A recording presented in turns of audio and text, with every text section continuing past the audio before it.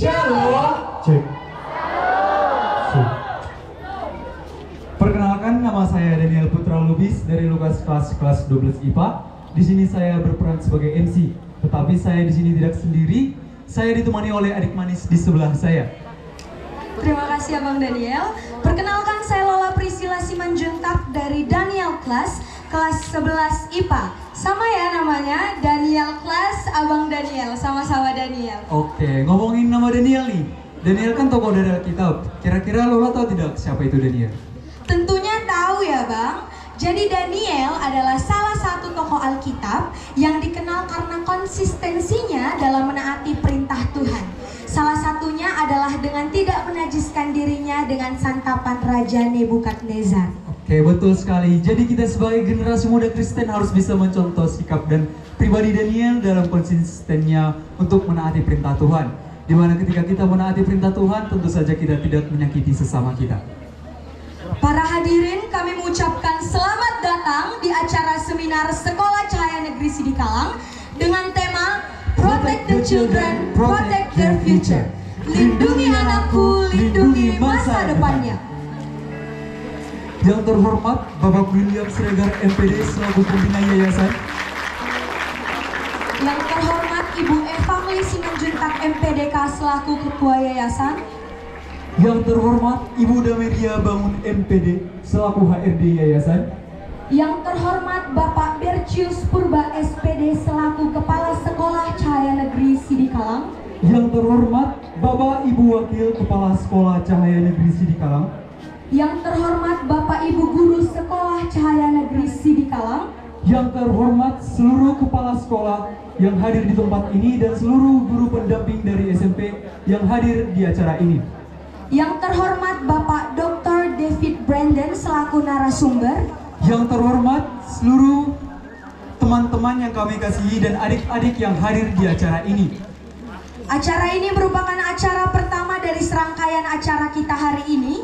Acara kita hari ini diselenggarakan oleh SMAK dan SMTK Cahaya Negeri Sidikalang. Seminar ini mengusung tema Lindungi Anakku, Lindungi Masa Depannya. Adapun rundown atau susunan acara kita pada hari ini yaitu, saya bacakan. Yang pertama pembukaan, yang kedua ibadah singkat, yang ketiga menyanyikan lagu Indonesia Raya, yang keempat kata sambutan, yang kelima kegiatan outdoor dan kompetisi, yang keenam pemaparan materi oleh panelis sekaligus diskusi dan tanya jawab, yang ketujuh makan siang, yang kedelapan kegiatan kreatif hiburan dan pentas seni, dan yang kesembilan penutupan. Selanjutnya kita masuk ke ibadah singkat. Oke, puji nama Tuhan. Shalom bagi kita semua. Shalom bagi kita semua. Ya, saya ucapkan selamat datang di Sekolah Cahaya Negeri Sidikalang. Biasa sebentar kita akan masuk ke dalam acara kita, tapi terlebih dahulu mari kita terlebih serahkan setiap kegiatan ini dalam Tuhan Yesus. Sebentar kita akan datang beribadah kepada Tuhan. Mari kita semua saya untuk serahkan sikap saat teduh.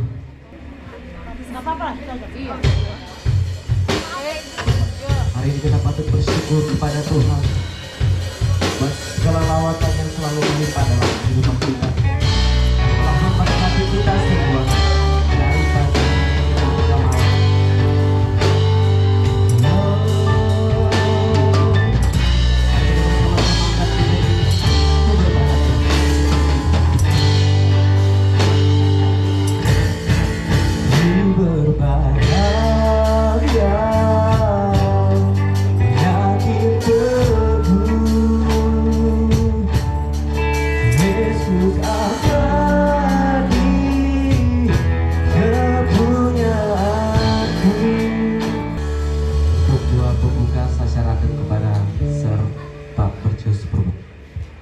Kita bersatu dalam doa. Terima kasih Tuhan Yesus, terima kasih buat semua berkat dan kasih-Mu kepada kami Tuhan, sehingga kami dapat berkumpul di Sekolah Cahaya Negeri Sidikalang Tuhan Yesus. Terima kasih Tuhan Yesus, Engkau melindungi para tamu kami sehingga bisa hadir di Sekolah Cahaya Negeri Sidikalang dalam keadaan baik dan sehat Tuhan Yesus. Terima kasih juga Tuhan Yesus dengan cuaca yang Kau berikan sehingga acara kami ini berjalan dengan baik dan lancar Tuhan Yesus. Berkati acara kami ini mulai dari awal, pertengahan, dan akhir Tuhan Yesus. Berkati semua anak didik kami yang datang, tamu kami. Berkati semua pemain musik, WL, dan hamba yang menyampaikan firman Tuhan Yesus. Berkati kami Tuhan, sehingga acara ini berjalan dengan baik dan lancar. Terima kasih Tuhan Yesus. Terima kasih Tuhan Yesus. Amin. Mari kita bersama-sama mengangkat pujian ini. Kita berikan tepuknya di atas.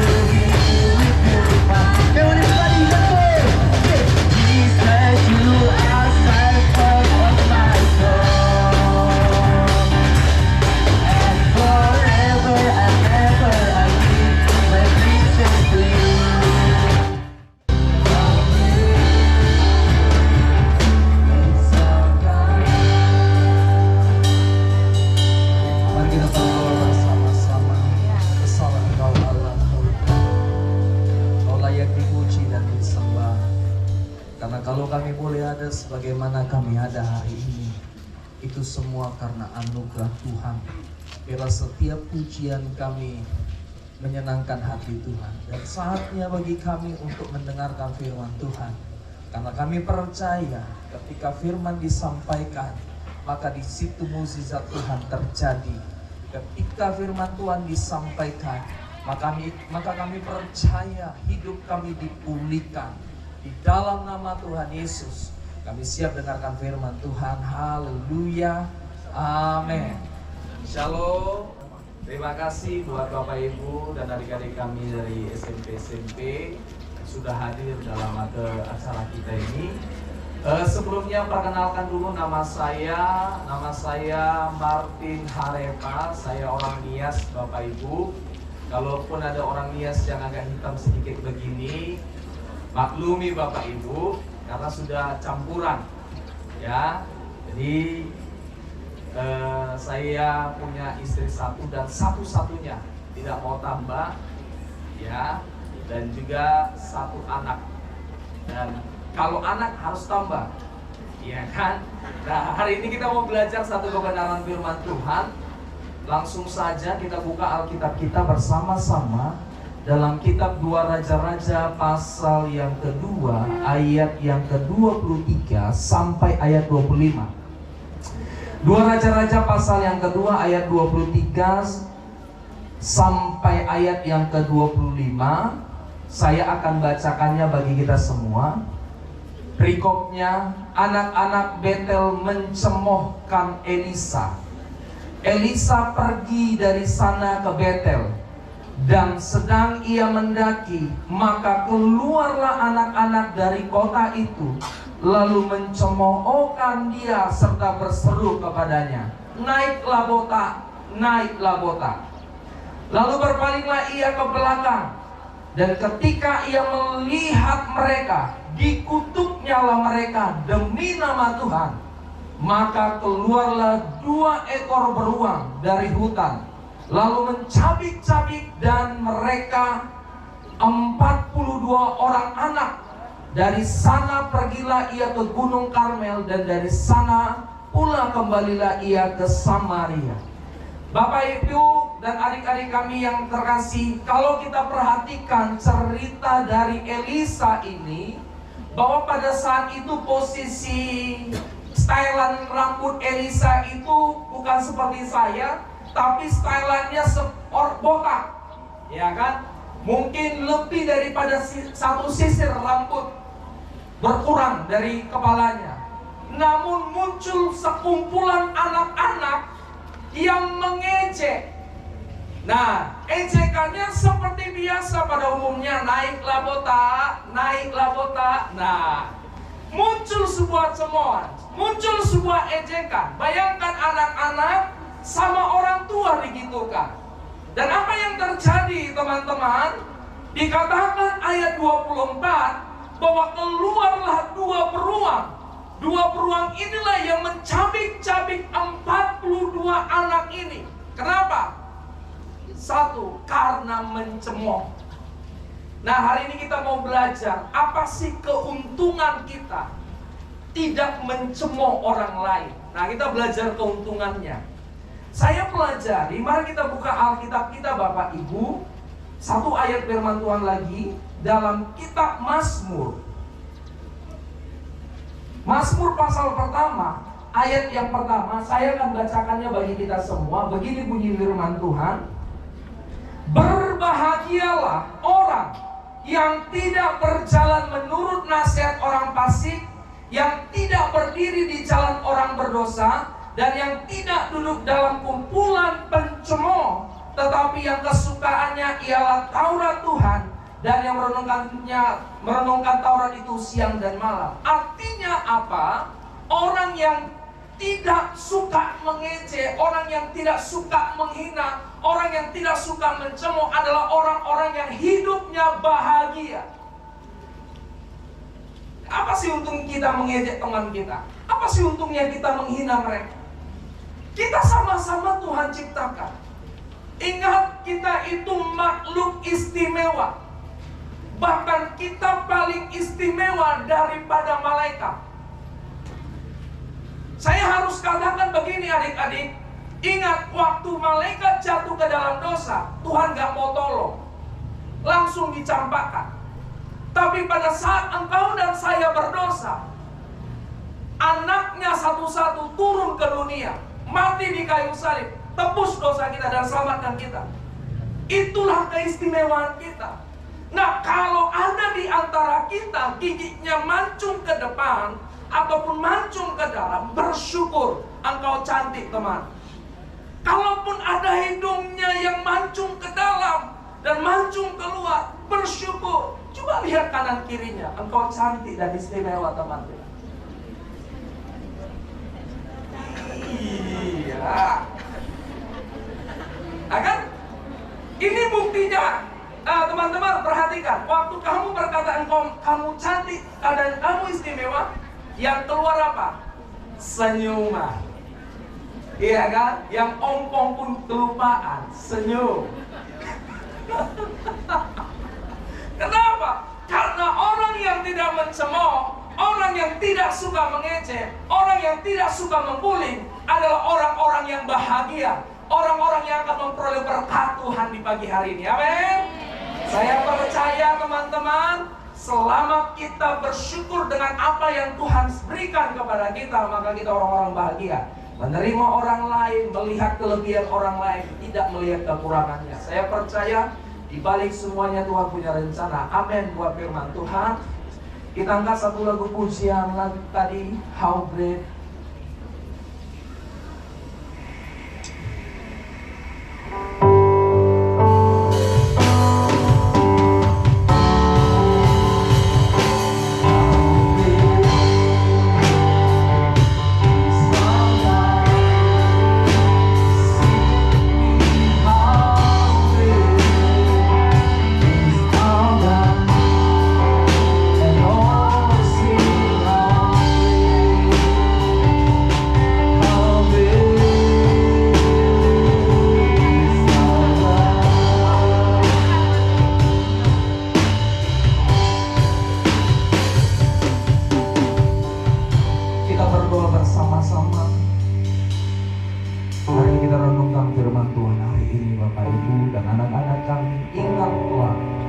Pada saat Elisa dicemooh oleh anak-anak, ada kutuk yang menimpa anak-anak itu. 42 orang habis dicabik-cabik oleh Tuhan. Apa sih keuntungan kita mencemooh orang?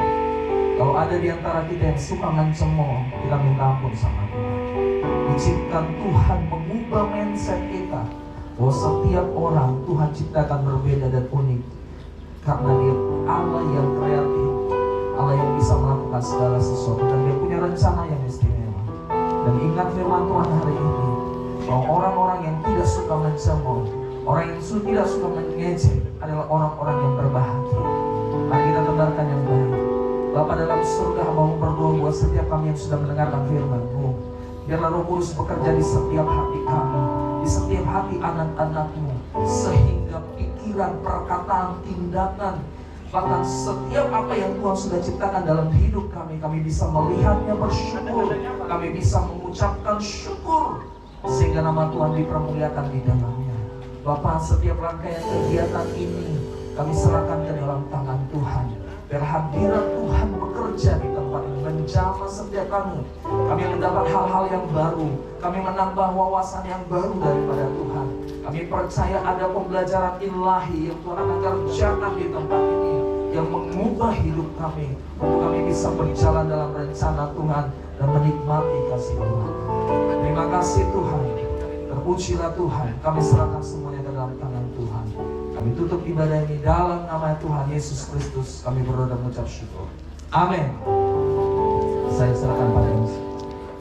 Terpujilah nama Tuhan. Tuhan Yesus baik dalam setiap perkara. Hadirin yang berbahagia, kami undang untuk bangkit berdiri. Kita akan menyanyikan lagu Indonesia Raya dengan meletakkan tangan kanan di dada.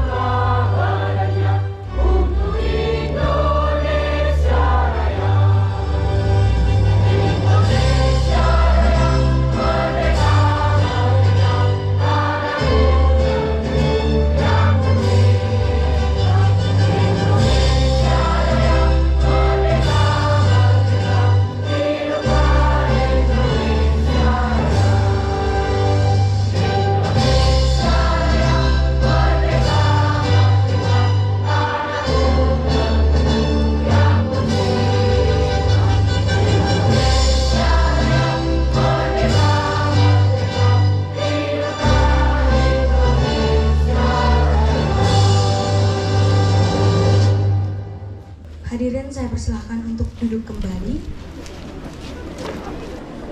Ladies and gentlemen, please welcome our honorable speaker, Mr. Dr. David Brandon.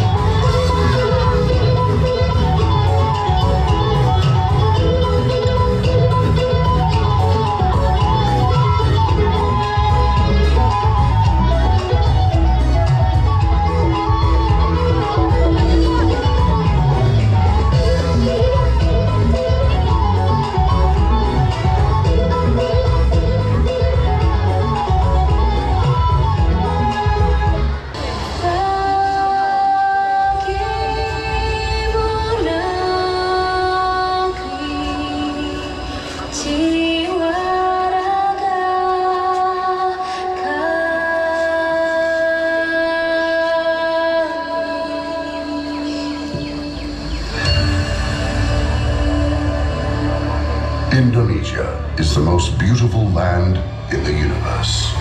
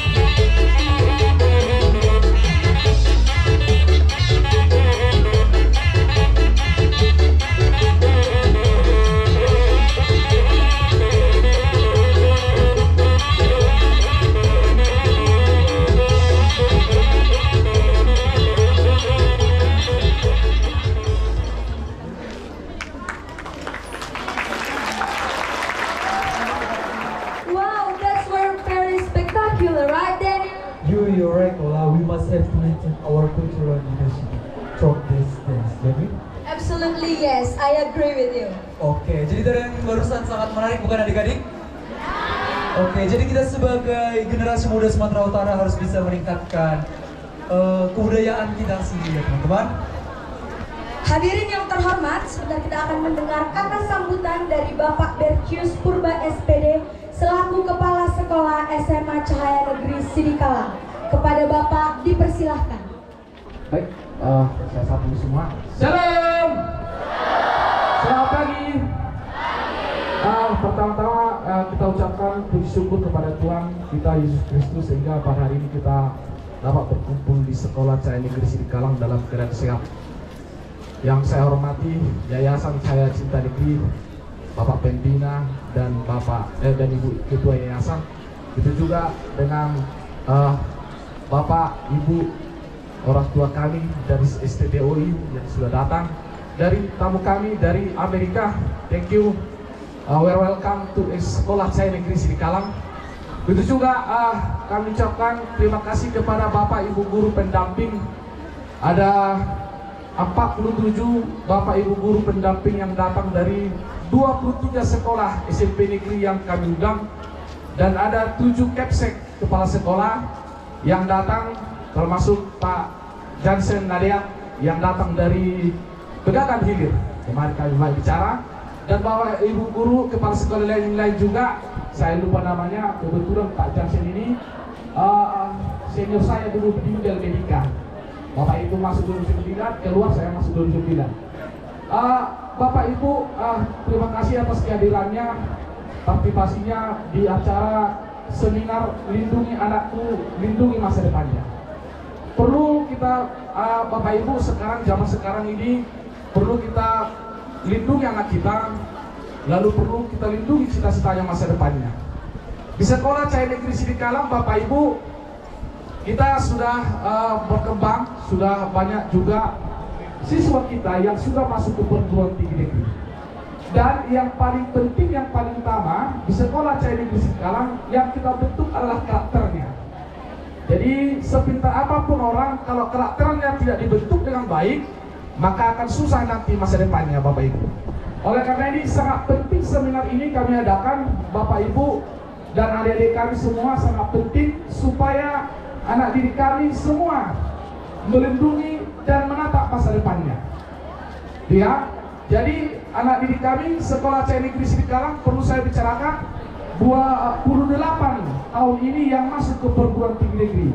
Ada ke Jogja, ya Universitas 2 orang, ada di Kalimantan, ada Sumatera Utara, ada di Sulawesi, Manado, gitu ya. Jadi sudah banyak bahwa Sekolah Cahaya Negeri Sidikalang menyambut anak-adik kami yang ingin berkarakter, yang ingin meraih cita-citanya, maka inilah Sekolah Cahaya Negeri Sidikalang.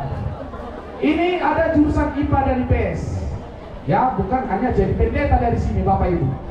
Jadi mungkin ada Bapak Ibu dengarkan konsep bahwa Sekolah Cahaya Negeri Sidikalang itu adalah untuk jadi pendeta. Tidak.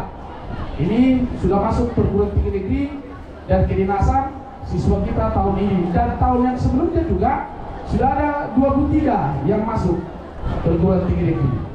Dia kepada Bapak Ibu guru dan adik-adik kami, nanti kita dengarkan seminar tentang lindungi anakku, lindungi masa depannya, maka supaya kita nanti dalam keadaan kondisi. Terima kasih kepada semua Bapak Ibu guru, pendamping dan kepala sekolah dan anak-adik kami yang sudah hadir mengikuti acara seminar ini. Tuhan Yesus memberkati. Shalom. Waras. Jua-jua. Menjua-jua. Terima kasih kami ucapkan kepada Bapak Bercius Purba selaku Kepala Sekolah SMA Cahaya Negeri Sidikalang. Selanjutnya kita dengarkan selaku Kepala Sekolah SMP Negeri 1 Sidikalang. Kami persilahkan. Baik, terima kasih. Salam. Pertama-tama marilah kita panjatkan puji dan syukur kehadirat Tuhan yang Maha Kuasa, karena berkat kasih-Nya kita semua bisa hadir di sini ya untuk mengikuti seminar remaja dengan tema Lindungi Anakku, Lindungi Masa Depannya. Sebelumnya saya ingin memperkenalkan diri, walaupun tadi sudah disampaikan oleh protokol. Saya Ida Lubis, Kepala Sekolah SMP Negeri 1 Sidikala. Yang saya hormati Bapak William Sirega, Pembina Yayasan.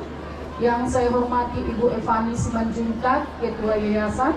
Yang saya hormati Ibu Dameria, HRD Yayasan. Yang saya hormati Bapak Bersius Purba, Kepala Sekolah Cahaya Negeri, Bapak Wakasek, dan juga yang saya hormati Bapak Ibu Guru, yang saya hormati Bapak Ibu Pendamping, dan yang saya sayangi anak-anak kami seluruhnya, siswa yang diundang untuk mengikuti seminar pada hari ini. Sambutlah salam hormat kami. Selamat pagi. Bersyukur kita dengan hadirnya diundang pada acara seminar remaja di Sekolah Cahaya Negeri pada hari ini. Mengapa saya sampaikan begitu? Kalau kita perhatikan fenomena yang ada di sekitar kita di zaman era digitalisasi, banyak kita lihat hal-hal yang sangat mengkhawatirkan bangsa dan negara kita. Mengapa? Karena anak-anak didik kita di sini, para remaja, banyak mengalami degradasi di dalam beberapa hal. Degradasi etika, degradasi dalam hal bagaimana bersosialisasi, berinteraksi, dan banyak hal munculnya kenakalan remaja. Itu saya rasa salah satu upaya yang diperhatikan oleh sekolah ini, maka diselenggarakan seminar pada hari ini, seminar remaja. Namun perlu juga di sini kita sama-sama memahami bahwasanya tanggung jawab untuk menyelamatkan anak bangsa ini dari pengaruh negatif efek era digitalisasi itu tidak semata-mata adalah berada pada sekolah. Karena pada dasarnya pendidikan itu diawali di rumah tangga, yaitu di keluarga. Pendidikan dini berada di keluarga. Maka perlu kerjasama antara pihak sekolah, keluarga dalam hal bagaimana kita melindungi para remaja kita, melindungi generasi bangsa ini sehingga masa depannya bisa cerah. Maka dalam hal ini indikasi-indikasi yang kita lihat dari benarkah telah terjadi gejala-gejala krisis moral itu boleh kita lihat. Saya mencoba mengutip pendapat dari seorang peneliti Likona. Dalam jurnalnya dia menyebutkan ada degradasi moral 10 hal yang terjadi di sekitar kita. Salah satunya itu adanya kekerasan dan tindakan anarkis. Ini di daerah khususnya dan di Indonesia secara umum kita telah mengikuti perkembangan itu. Nah, tingkat yang kemudian pencurian, ada tindakan curang, pengabaian terhadap aturan yang berlaku, baik itu di aturan di sekolah dan sebagainya. Kemudian ada tawuran, ada menurunnya toleransi daripada anak-anak kita, penggunaan bahasa yang tidak baik, sikap pengurusan diri. Nah, yang kita masuk ke perusahaan diri, kita melihat begitu anak-anak punya masalah gantung diri, bunuh diri, kasus-kasus yang kita bisa lihat di TV ya. Kemudian ada penyalahgunaan narkoba, dan yang paling kita lagi hangat-hangatnya dibicarakan yaitu tentang bagaimana penyimpangan seksual ya. Jadi Bapak Ibu terkhusus di sini yang telah mengundang kita, pengurus Yayasan Cahaya Sidikalang, Bapak Ibu Kepala Sekolah, Bapak Ibu Wakasek, terima kasihlah telah menyelenggarakan acara seperti ini. Nah, mengapa saya sampaikan begitu? Seminar merupakan salah satu upaya yang dapat kita lakukan untuk ya melindungi anak-anak bangsa generasi emas agar masa depannya cerah. Karakter sangat diperlukan. Mengapa saya sampaikan begitu? Kecerdasan tanpa karakter itu sia-sia. Kecerdasan tanpa karakter sia-sia, Bapak Ibu, akan muncullah nanti generasi bangsa, calon-calon pemimpin yang tidak berkarakter akan membuat negara kita ini lama-lama ya hancur.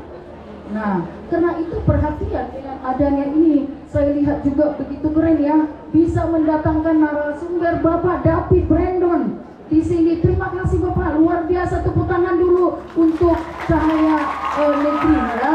Iya, jadi singkat kata, memang penguatan karakter melalui seminar ini juga sangat dibutuhkan.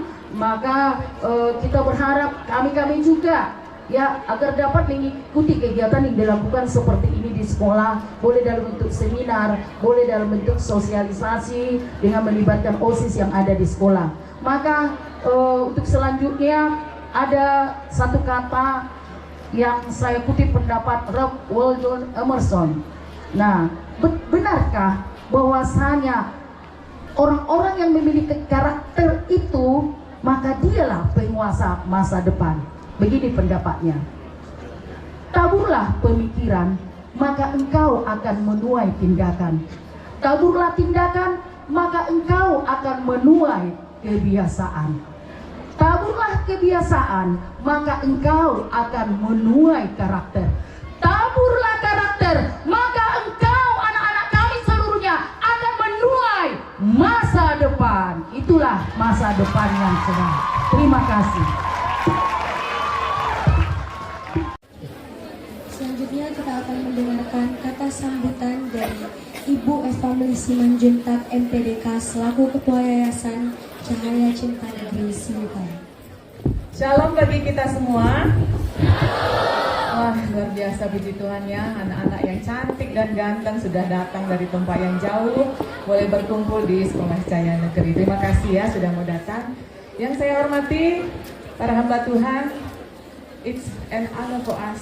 You can come here to bless us from the far away. You want to bless us here. Thank you, and all these participants is from junior high school from Dairy Regency, and we hope that you can give the word of God. So we believe in God more and more. Okay, thank you, and selamat datang, dan saya hormati kepala sekolah yang sudah bersedia datang ke tempat ini dan juga para guru undangan kami. Terima kasih. Yang saya hormati para hamba-hamba Tuhan, ada Ibu Pendeta Mirdawati dan Bapak Pendeta P. Siregar yang sudah menyediakan waktu boleh datang ke sini. Yang saya kasihi anak-anak didik yang ada di tempat ini semuanya, baik dari SMP-SMP di seluruh daerah dan juga anak-anak didik Sekolah Cahaya Negeri. Yang saya hormati juga Kepala Sekolah Cahaya Negeri Bapak Bersius Purba dan semua guru Cahaya Negeri. Ini acara yang bagus sekali boleh kita hadiri bersama. Kami rindu anak-anak di sekolah yang ada di daerah boleh diberkati. Seperti tadi kata Ibu Kepala Sekolah SMP Negeri 1, ini tanggung jawab kita bersama untuk karakter, akhlak anak-anak yang ada di Kabupaten Dairi. Memang ini menjadi beban kita. Kita harus bergandengan tangan bersama untuk mendidik anak-anak yang ada di Kabupaten Dairi, sehingga semua anak-anak ini menjadi anak-anak yang mengasihi Tuhan, mengasihi sesama, dan menjadi pemimpin-pemimpin masa depan yang takut akan Tuhan. Itulah tujuan kami mengadakan acara ini, supaya sama-sama bergandengan tangan. Dan juga dengan pernyataan yang tadi sama-sama bergandengan tangan, kami juga rindu dari yayasan agar kita sama-sama mendukung Sekolah Cahaya Negeri ini. Ini di bawah Kementerian Agama RI. Ibaratnya kalau di Muslim pesantren, ini pesantren Kristen. Kalau nggak kita yang mendukung, siapa lagi, ya kan? Mari kita arahkan anak-anak didik kita yang mungkin punya hati rindu untuk dididik dalam kebenaran firman Tuhan. Boleh di sini.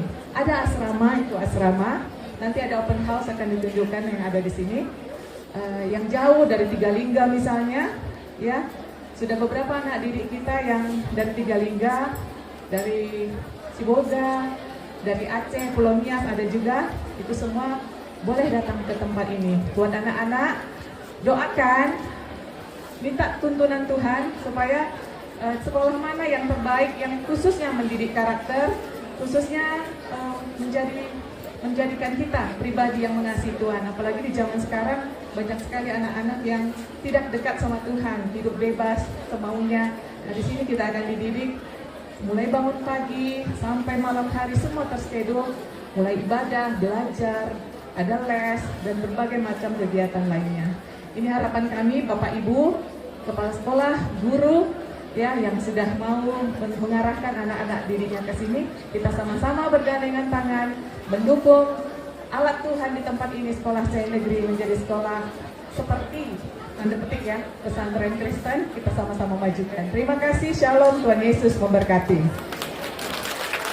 So for all of us, good morning to everyone present here. It is our pleasure for being here with you to join today's seminar. But before that, on this occasion, we will first introduce our honorable speaker. He is an extraordinary speaker in providing a lot of useful motivation in his seminars. Let's give a round of applause for our honorable speaker, Mr. Dr. David Brandon. Selamat pagi. Good morning. Good morning. Apa kabar? Saya baik-baik juga. Okay. So my name is David Brandon. Like they say, I come from America, California. Ya, nama saya David Brandon. Nama saya, nama Paknya David Brandon dari Amerika. It's a pleasure to meet you all today. Ya, sangat senang bisa bertemu dengan kalian semua sekalian hari ini. Makes me happy to see different cultures, different groups, different schools come together. Ya, saya punya kesempatan untuk melihat budaya yang berbeda, suasana yang berbeda, dan lingkungan yang berbeda, orang-orang yang berbeda. I apologize if it's a bit of a training on a difficult subject I have for you today, but I'll do my best to make it interesting for you, ya. Ya, saat ini anak-anak kami dengar kita akan memulai satu sesi di mana kita belajar secara singkat bagaimana menghadapi situasi yang sulit di dalam pergaulan sebagai anak-anak muda. I think it's worth asking, why do we even talk about abuse or trafficking? Ya, mungkin ada pertanyaan di dalam benak kita, untuk apa kita bahas, untuk apa kita berbicara mengenai pelecehan seksual dan abuse. And I think for me, the truth would be that if we care about someone else, we care about their safety, yeah? Ya, bagi saya pribadi, kalau kita berkata saya peduli, saya mengasihi orang lain, tentu kita juga harus memikirkan tentang keselamatan mereka, tentang kesehatan mereka, kehidupan mereka. And I don't think it's just the adults' responsibility to watch out for the kids. Dan tentu bukan hanya tanggung jawab orang dewasa saja untuk memperhatikan anak-anak atau remaja di sekitarnya. I think we can look for ways to be smart, to be wise, to protect ourselves. Dan sangat-sangat bijaksana kalau anak-anak kami juga memperhatikan mengenai keselamatan diri Anda juga, dirimu juga. And also I think it's important that we're looking out for our family, our friends, younger siblings, yeah. Dan tentu sangat baik sekali kalau kita juga memperhatikan keluarga kita, saudara-saudara kita, dan orang-orang yang ada di sekitar kita. So, has anyone heard about trafficking before? Yeah. Siapa yang sudah pernah mendengar mengenai trafficking, penjualan manusia? Can you raise your hand? Or is this something new? Ya, siapa yang sudah pernah mendengar, masih baru atau semua sudah pernah dengar mengenai perdagangan manusia? It's a lot of people, yeah? Ya, saudara yang mendengar tentang istilah ini. And how many people have had some kind of training about trafficking before?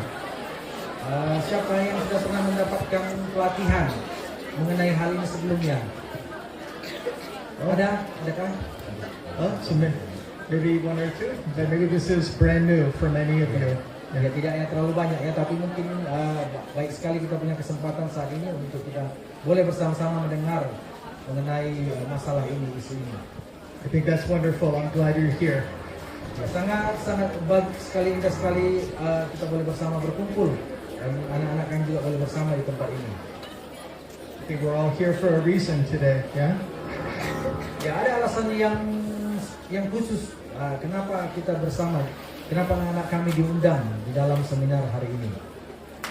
So when God brings us together, I think it's important for us to learn from one another. So I'll do my best to try and give you some introduction to the topic. But then after that, we'd love to have some discussion so I can learn a little bit from you as well. Does that sound okay? Ya, pelajaran yang terbaik itu adalah ketika kita mendengar atau belajar dari pengalaman orang lain. Jadi saat ini saya akan menyampaikan secara singkat. Nanti setelah itu kita terbuka untuk tanya jawab dan diskusi. Okay.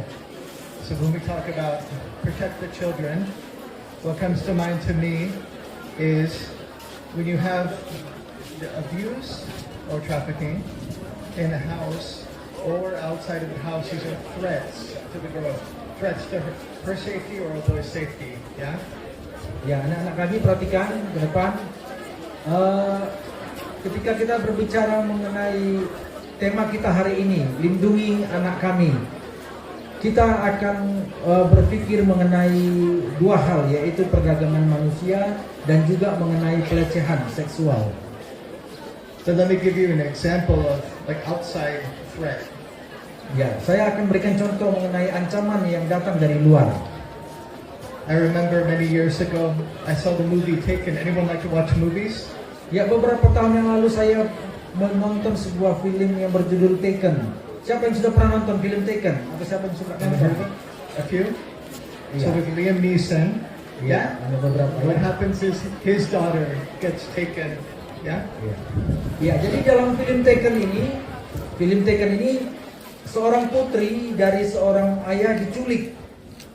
And what had happened was she had went to another country, and there was a man at the airport who had tricked her, and so he found out where she was staying, and he could take her to be like sex captive. Ya, secara singkat kisahnya ini berkisah mengenai seorang wanita yang bepergian ke luar negeri, dan ketika dia berada di airport di luar negeri, seseorang mengamatinya lalu berencana jahat dan menculik perempuan ini. It was many years ago, but it made me think, is this normal? How often does this happen? Ya, mungkin ini sering terjadi, tetapi kita mau berbicara lebih serius mengenai hal ini. So I did a lot of research. I get PhD. I study trafficking for PhD. Ya, saya banyak belajar secara khusus mengenai trafficking ini, perjualan perdagangan manusia. Saya mendapatkan doktoral saya, gelar doktor khusus untuk berbicara mengenai perdagangan manusia ini. But to me, the goal was I want something that's going to be practical. How is it going to help other people with my study? Ya, secara sederhana saya ingin supaya apa yang saya pelajari ini bisa saya lakukan, saya praktekkan untuk mencegah terjadinya perdagangan manusia. And I would encourage you all to think the same too. We study what's the purpose, what's my goal at the end, and can it help others? Ya, jadi saya ingin juga kita mempunyai cara pandang yang sama. Bagaimana ketika kita mendengar hal ini hari ini, kita ingin juga menjadi orang yang bisa mencegah atau terhindar dari hal ini, dari perdagangan manusia. So what I have found, one thing is I found it's much more common to be a family member or someone a woman knows and not a stranger. Ya, jadi perdagangan ini juga sering terjadi atau pelecehan sering terjadi bukan dari orang-orang yang jauh, tapi dari orang-orang yang terdekat juga. The common situation was not this man who was a stranger following her, watching her, but it was much more common when I researched to find, it was neighbor, uncle, that was the threat to this woman or girl.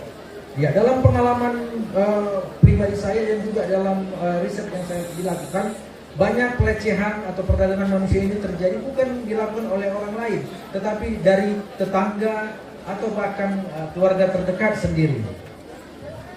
And that's important for us, right? Yeah, we need to ask a really important question for all of us, and it's who do we trust? Jadi ada satu pertanyaan yang sangat penting anak-anak kami perhatikan ketika kita berada di lingkungan. Kita harus bertanya kepada diri kita sendiri, siapa yang bisa kita percaya? It's easy for us to assume the people close to us will all have our best interest, will be the English phrase. They're all looking out for us. They all want to take care of us, but it may not be true. Ya, mungkin anak-anak kami dengan pikiran yang masih polos berpikir bahwa orang-orang yang dekat dengan saya ini adalah mereka memperhatikan saya, mereka akan melindungi saya, mereka peduli kepada saya. Tetapi tidak selalu terjadi seperti itu. So, my hope for all of you would be have friends, have people who are close to you that you know you can trust. You have no doubt you can trust, because time and time again they are there to help you and watch out for you in your safety. Ya, doa dan harapan saya bahwa anak-anak kami sekalian mempunyai teman atau sahabat atau keluarga yang memperhatikan, yang peduli, yang benar-benar tulus melindungi anak-anak kami. It's true in US, I think maybe same in Indonesia as well. When something bad happens, too often people don't know who they can talk to.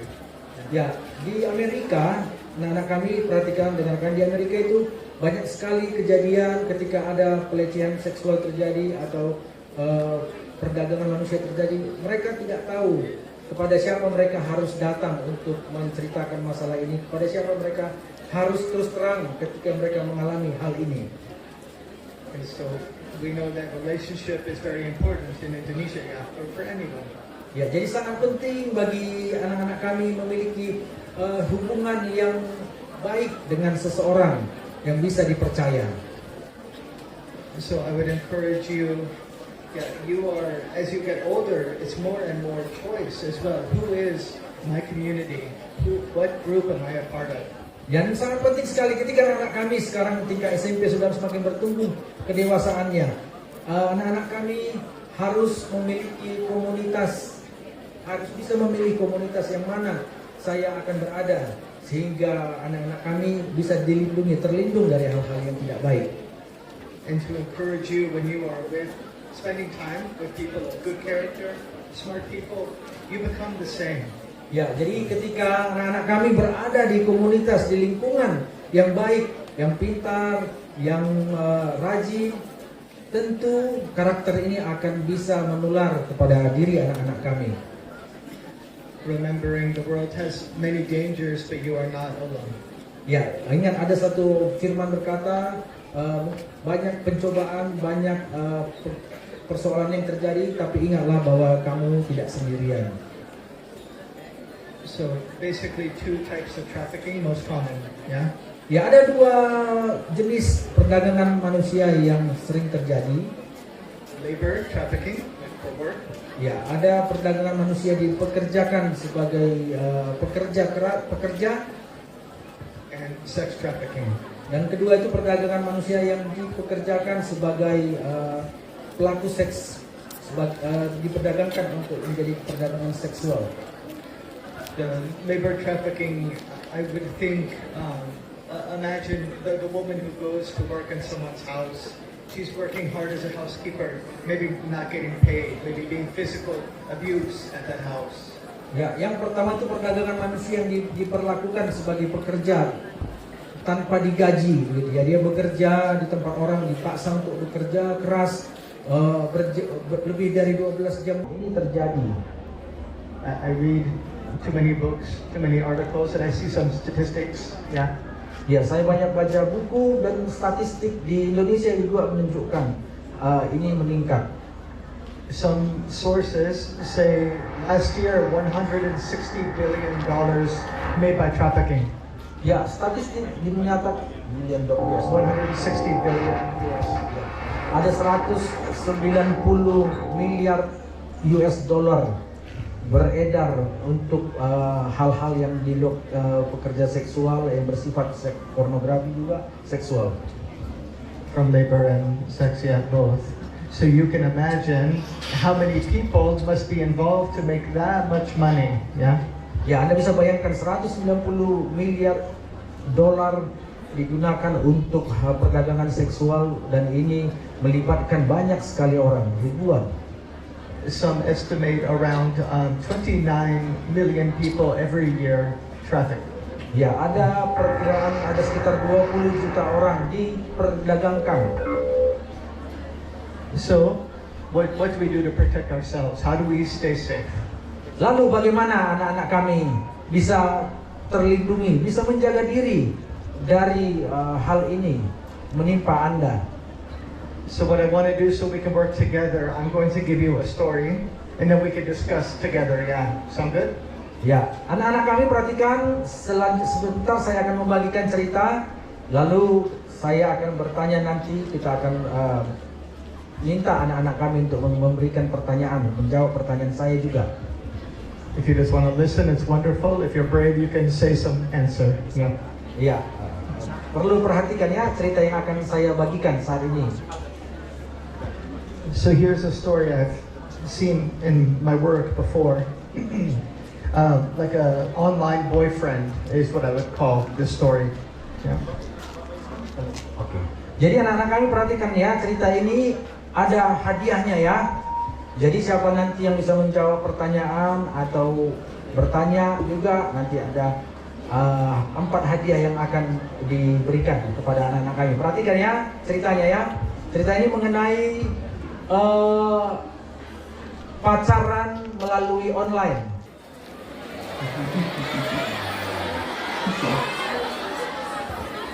The girl's name, she was 15 years old, and I would call her Tina. Ya, seorang putri bernama Tina, umurnya 15 tahun. She was chatting, using all the social media, chat with the boy online. Ya, dia aktif berchatting ria dengan pria melalui media sosial online. I'll call him James. Ya, namanya si James, ya. Bahasa Inggrisnya James ya, tapi James. They chat for about 2 months. Ya, mereka sudah aktif berkomunikasi melalui online selama 2 bulan. Her relationship with the parents, not so good. Ya, si Tina ini tidak akur dengan orang tuanya ya, sering berantem dengan orang tuanya. But James, he seemed very kind, very understanding. Tapi ketika dia melihat si James ini, baik kali ya cowok ini begitu ya. She would tell all the problem about the family to James. Jadi Tina mulai cerita mengenai keluarganya kepada si James. And he says what maybe many women have heard out there before. Oh, I will always be there for you. Iya, mungkin ada yang pernah juga digombali pacarnya. Ketika pacarnya bilang, oh, aku akan selalu bersama denganmu, Dek, jangan takut. And she trusts him. Dan iya, sangat-sangat mudah sekali dirayu ya si Tina ini, sehingga Tina langsung percaya apa yang dikatakan si James. I don't blame her. I was 15 years old. I trust everyone too. Ya, saya umur 15 tahun, saya ambil perumpamaan saya ketika saya umur 15 tahun, saya pasti akan percaya apa yang dikatakan orang. So what does she do? Tina agrees to meet him in person at the market. Dan selanjutnya apa yang terjadi? Tina setuju untuk ketemu di suatu tempat di Indomaret. I love Indomaret. Yeah.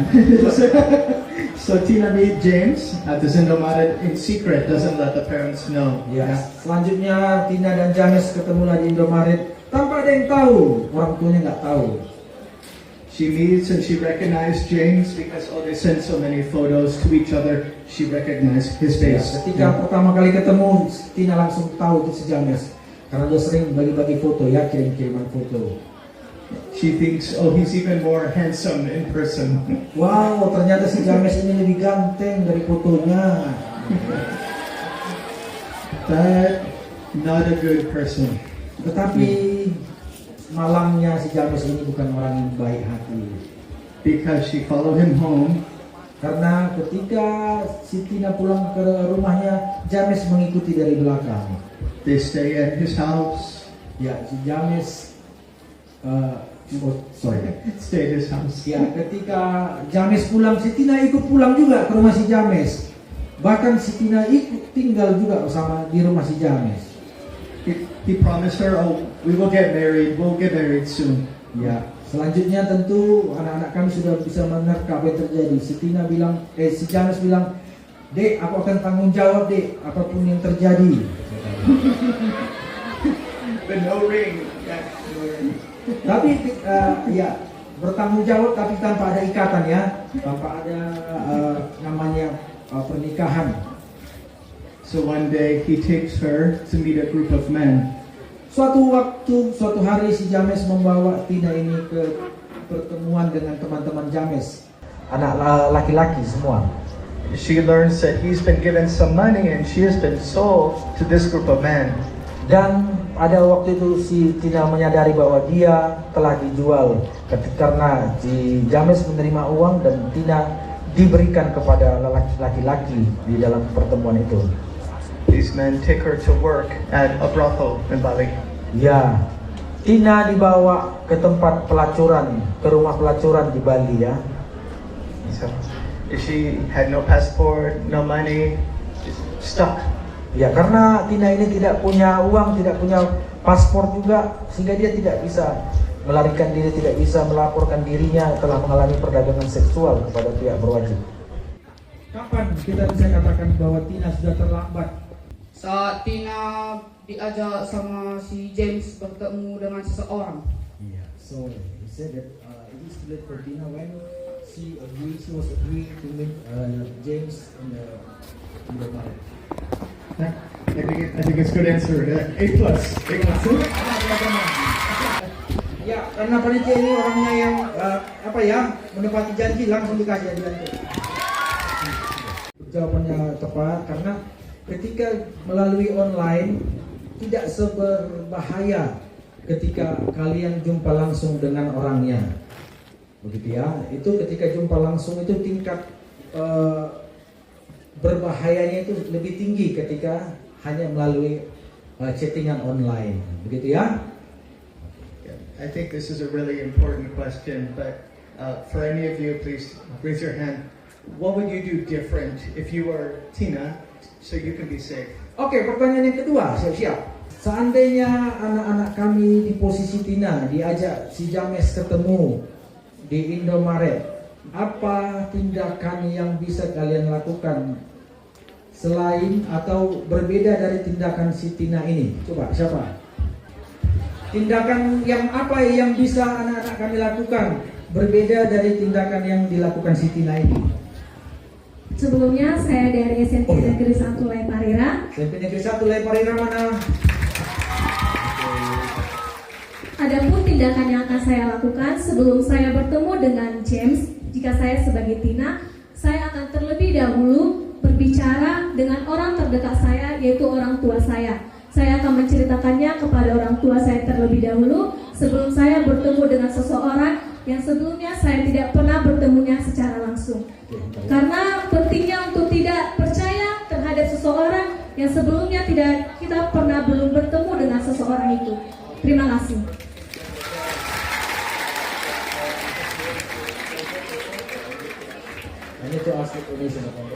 Yeah, I agree. So in English we say permission. Yeah, if they would then know maybe where she's going, what time she should be back home to be safe. So, A+. Oke, jawabannya tepat. Ya, terima kasih ya.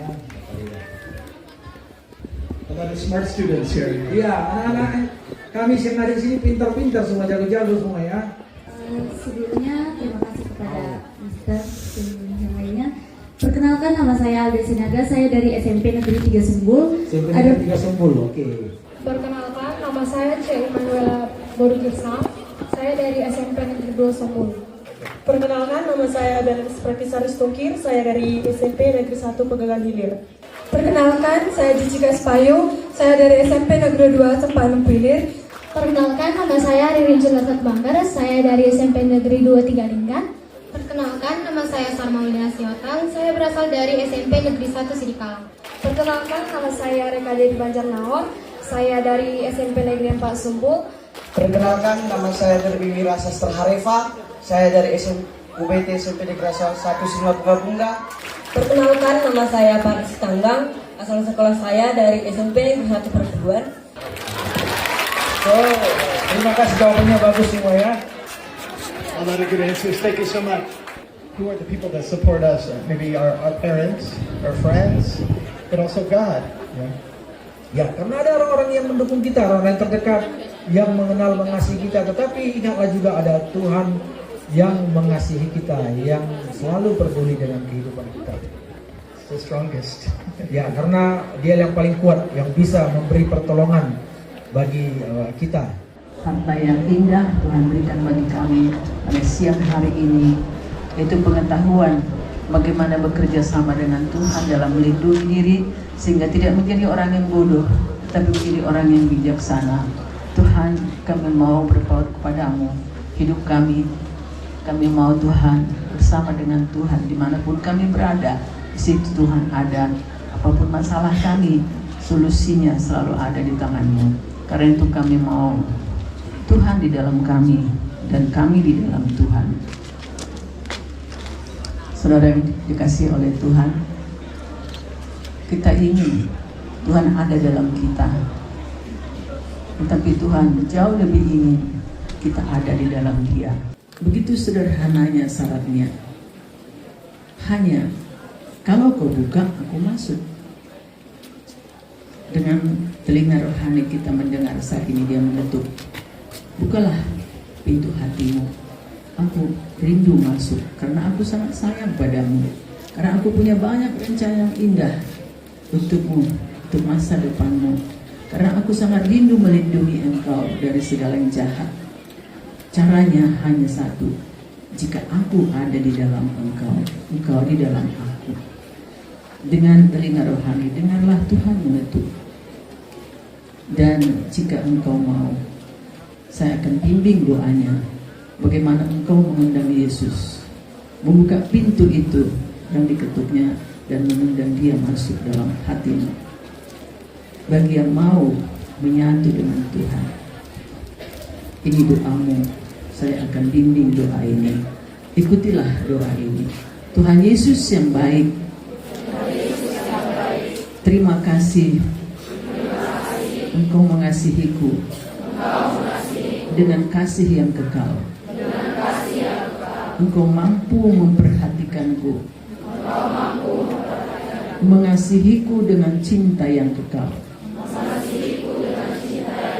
Engkau tidak melihat dosa-dosaku,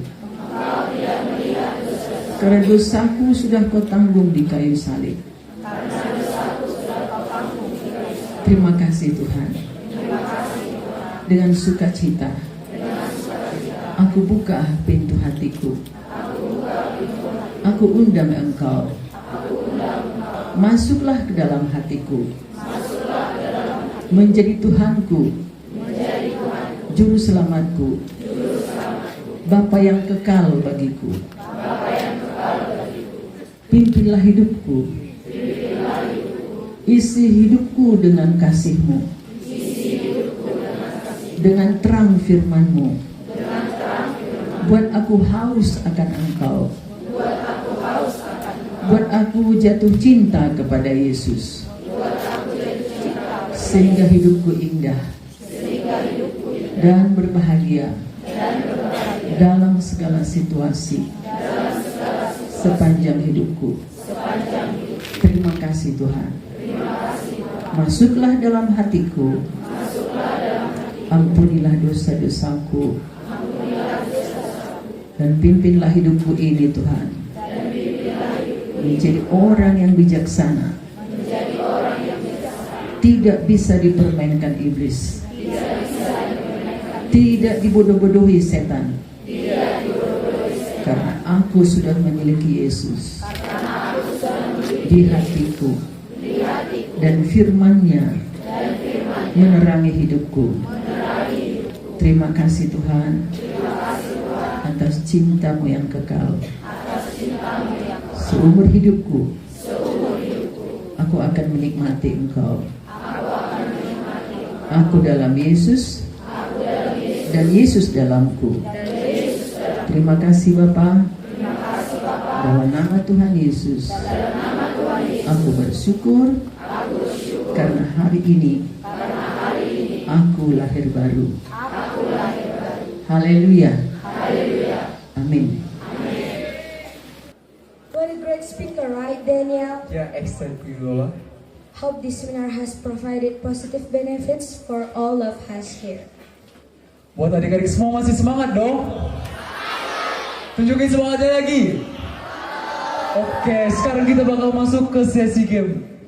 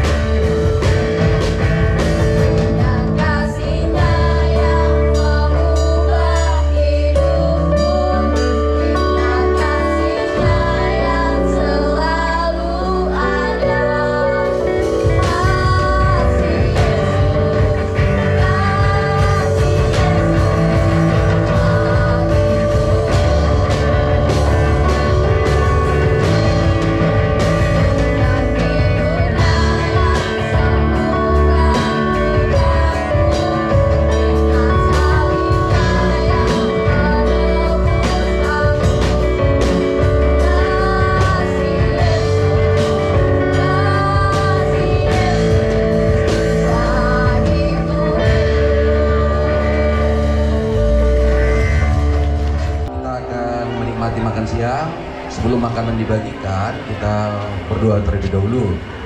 Sikap berdoa, kita hargai doa, adik-adik. Kita bersatu di dalam doa. Tritunggal Allah Bapa, Putra dan Roh Kudus, terima kasih Tuhan, Engkau mengizinkan kami sampai pada siang hari ini Bapa. Semuanya oleh karena kasih dan anugerah-Mu saja. Kami hanyalah hamba-hamba-Mu Tuhan yang mau taat dan mau setia dalam Tuhan. Biarlah hikmat Tuhan turun atas kami untuk kami boleh melakukan yang terbaik. Sebentar kami ya Bapa akan menikmati makanan minuman yang telah tersedia. Kiranya Tuhan memberkati sebab Engkau yang memberikannya. Terpujilah Engkau Bapa di dalam Kristus Yesus Tuhan dan Roh Kudus. Amin. Makanan silakan dibagikan.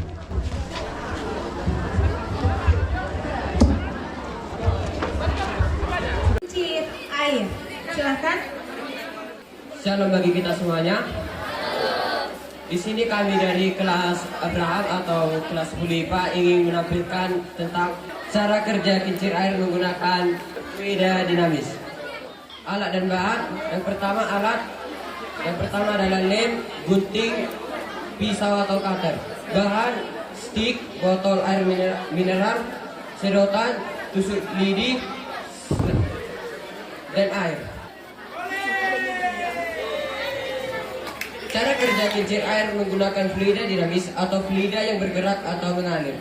Aliran fluida dinamis di dalam suatu sedotan tersebut bisa dijabarkan secara terperinci menggunakan 3 konsep fisika, yaitu debit fluida, asas kontinuitas, dan hukum Bernoulli. Sekian dari praktikum dari kami, terima kasih.